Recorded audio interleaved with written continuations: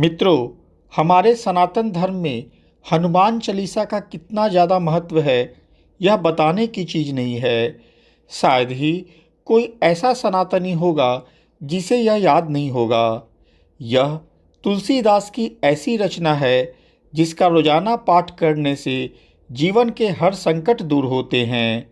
साथ ही नकारात्मक शक्तियों का प्रभाव भी दूर होता है। कहते हैं, जो व्यक्ति मन से रोजाना इसे पढ़ेगा, हनुमान जी महाराज उसके सारे बिगड़े काम बना देते हैं।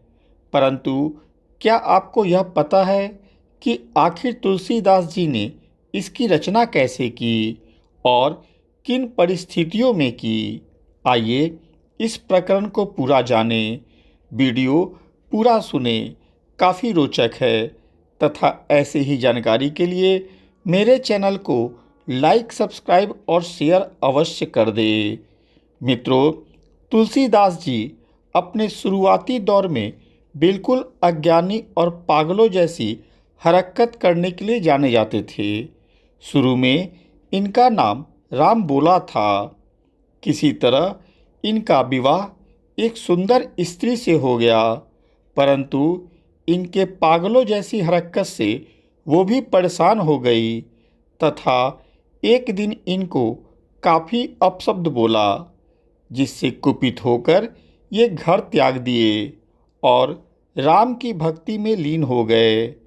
काफ़ी दिनों तक इनका कोई अता पता नहीं रहा, परंतु कुछ वर्षों के बाद ये जब सबके सामने आए तो पूरी तरह राममय और ज्ञानी संत बनकर जनता के बीच अपना स्थान बनाए। सब लोग इन्हें प्रभु राम का सच्चा भक्त मानने लगे। तुलसीदास उस समय के थे जब भारत में मुगल वंश के अकबर राजा का शासन था। तुलसीदास जी रोजाना नियमानुसार नदी से नहा कर आते थे। एक दिन वह नदी से स्नान कर लौट रहे थे। जब वह मंदिर से पूजा कर निकले तो एक महिला रोते हुए आकर इनके पैर पर गिर गई। तुलसीदास जी ने उसे अखंड सौभाग्यवती होने का आशीर्वाद देकर रोने का कारण पूछा। तब उस महिला ने कहा कि आपने ऐसा आशीर्वाद तो मुझे दे दिया, परंतु अभी अभी मेरे पति का देहांत हो गया है। क्या आपको प्रभु राम ने नहीं बताया? बाबा, आप तो राम जी के परम भक्त हैं। आपके राम जी में इतनी शक्ति है तो मेरे पति को जिंदा कर दीजिए। कारण कि आप तो जानते हैं कि जिस महिला का पति नहीं होता उसके पास सब कुछ होते हुए भी कुछ नहीं होता है। यह बात सुनकर तुलसीदास थोड़ा भी विचलित नहीं हुए। वे आशीर्वाद देकर पूरी तरह आश्वस्त थे कि प्रभु राम ने ऐसा आशीर्वाद दिलाया है तो वही कुछ रास्ता निकालेंगे। उनको विश्वास था कि उनका लाज प्रभु राम रखेंगे।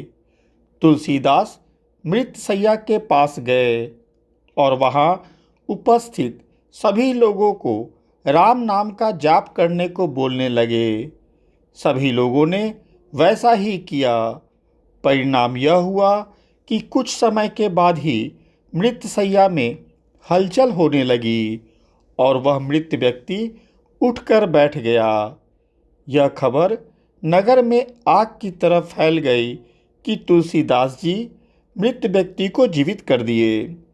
कानों कान यह खबर फैलते हुए तत्कालीन मुगल राजा अकबर के पास जब पहुंची तो उन्होंने तुलसीदास को अपने दरबार में बुलवाया। भरी सभा में उन्होंने तुलसीदास की परीक्षा लेने के लिए वहाँ कुछ चमत्कार दिखाने को कहा। तुलसीदास मुगल राजा के सामने बिना डरे बोले कि वह कोई चमत्कारी साधु नहीं है कि दरबार में करतब दिखाएंगे। वह सिर्फ प्रभु राम के भक्त हैं। जो भी करते हैं प्रभु राम ही अपनी कृपा से करते हैं।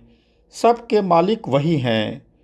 तुलसीदास की यह बात सुनकर अकबर क्रोधित हो गया कि जब तुम खुद चमत्कारी नहीं हो तो मेरे नगर में गलत अफवाह अपने चमत्कार का क्यों फैला रहे हो। अकबर ने अपने सिपाहियों को आदेश दिया कि तुरंत इस पाखंडी साधु को लोहे की जंजीर से बांधकर कारागार में डाल दिया जाए। इस पर तुलसीदास ने तनिक भी प्रक्रिया नहीं दी और राम नाम का जाप करते हुए कारागार में चले गए। उन्होंने कारागार में भी राम नाम का जाप जारी रखा। कारागार में रहकर ही उन्होंने हनुमान चालीसा की रचना की और 40 दिन तक लगातार उसका पाठ करते रहे। जैसे ही 40वें दिन का पाठ उनका समाप्त हुआ, एक अद्भुत चमत्कार हुआ और हजारों हजार की संख्या में बंदरों के फौज ने अकबर के संपूर्ण महल में घुसकर तांडव मचाना शुरू कर दिया। अचानक हुए इस बंदरों के आक्रमण से चारों ओर भगदड़ मच गई। बंदरों की संख्या लगातार बढ़ती जा रही थी।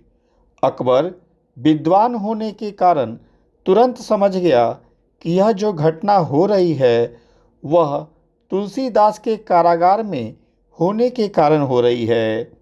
उसने तुरंत तुलसीदास को कारागार से मुक्त करने का आदेश दिया और उनसे क्षमा भी मांगी। तुलसीदास को आदर सहित विदाई की तथा जीवन भर उनसे मित्रता निभाई। यह बिल्कुल सच है कि जो नियम पूर्वक 40 दिन तक हनुमान चालीसा का पाठ करता है उस पर संकट के आए सारे बादल दूर होते हैं। मित्रों, यह थी हनुमान चालीसा की रचना की कहानी कि किन परिस्थितियों में तुलसीदास जी ने हनुमान चालीसा की रचना की। मित्रों, एक बात और कहनी थी कि आप जब भी हनुमान चालीसा को पढ़ें तो उसके अंत में जहाँ तुलसीदास लिखा हुआ है वहाँ आप अपना नाम लें। मेरे द्वारा दी गई जानकारी आपको पसंद आई हो तो कृपया मेरे चैनल को लाइक, सब्सक्राइब और शेयर अवश्य कर दें।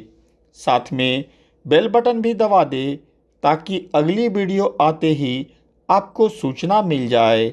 धन्यवाद।